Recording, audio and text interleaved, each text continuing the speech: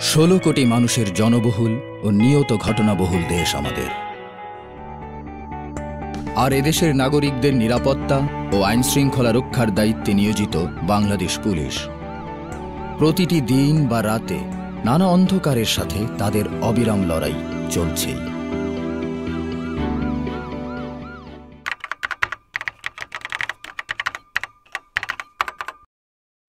Police কেমন জানি লাগে, মানুষের উপকারে আসে, বাড়ি টাড়ি দেয়। ভয় লাগে, ভয় পাবে না। এখনো বাচ্চাদের পুলিশের ভয় দেখিয়ে খাওয়ানো হয়। পুলিশ আসলে এড়াই যেতে ইচ্ছা করে, ঠিক স্বাভাবিক লাগে। কথা হয়তো সাধারণত ভয়ে কথা হয়তো বলতে চায় না, কি মনে করবে না করবে এরকম চিন্তা ভাবনা করে একটু এড়াই চলার চেষ্টা করে। ইউনিফর্ম থাকার কারণে প্লাস আমাদের সাথে অস্ত্র থাকে, হ্যান্ডকাপ থাকে, এই সমস্ত কারণে হয়তো অনেক কিছু মনে করে আমাদেরকে একটু ভয় পায়। পুলিশের ড্রেস দেখলে সাধারণ মানুষের মনে একটা আতঙ্কের সৃষ্টি হয়। নিরাপত্তার জন্য পুলিশ, আমাদের সাহায্যের জন্য পুলিশ আসে। আমি কেন ভয় পাবো? সেটা আমাদের বন্ধু মানুষ। অন্য সকল পেশার সাথে আইন শৃঙ্খলা রক্ষার এই পেশাকে যেন ঠিক মেলানো যায় না। তাই আমরাও যেন তাদের থেকে একটু দূরে দূরে থাকতেই স্বাচ্ছন্দ্য বোধ করি, আর তারা থেকে যায় তাদের জীবনেই। তাদের মতোই খায়, কাজ করে, হাসে, কথা বলে।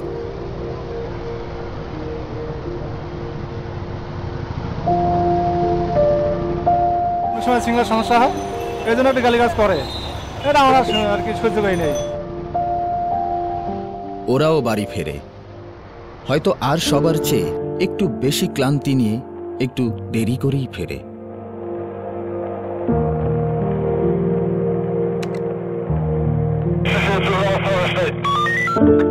অনেক সময় ফিরেও যেন ঠিক ফেরা হয় না।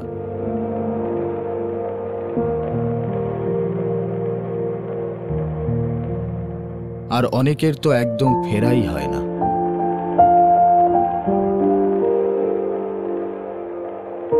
তবে এরই মাঝে প্রাপ্তির খাতা কিন্তু একেবারে শূন্য নয়। শিবিরকর্মীরা ইট ও হেলমেট দিয়ে এসআই জাহাঙ্গীর আলমের মাথা থেতলে দেয়। হাজবেন্ড পুলিশ, তারপরে বাড়ি ফেরা নিয়ে টেনশন করতে হয়। তবু ওরা পিছু হটে না।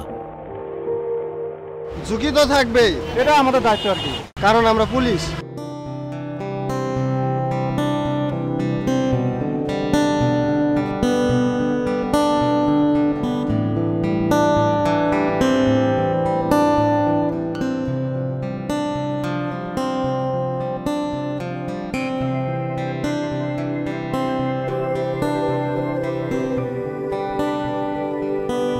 নিজ নিজ জীবন বিপন্ন করে দেশের স্বার্থে নিরলসভাবে কাজ করে যাওয়ার জন্য বাংলাদেশ পুলিশকে কৃতজ্ঞতা জানানোর একটি প্রয়াস, স্যালুট টু পুলিশ।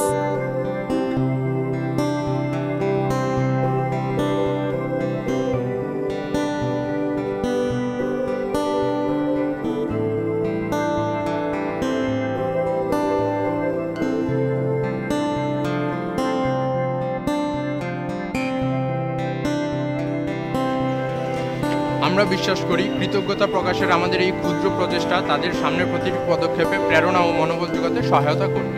পুলিশ আমাদের সঙ্গী, আমাদের ভাই। তাদের ভয় ফেলে তো আমরা দেশের জন্য কোনো কাজ করতে পারবো না।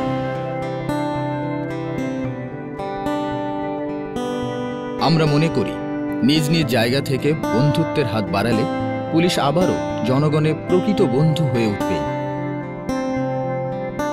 দূরে দূরে থাকা কোনো সমাধান নয়। সবাই মিলেই দেশ, সবাই মিলেই তো এগোতে হয়।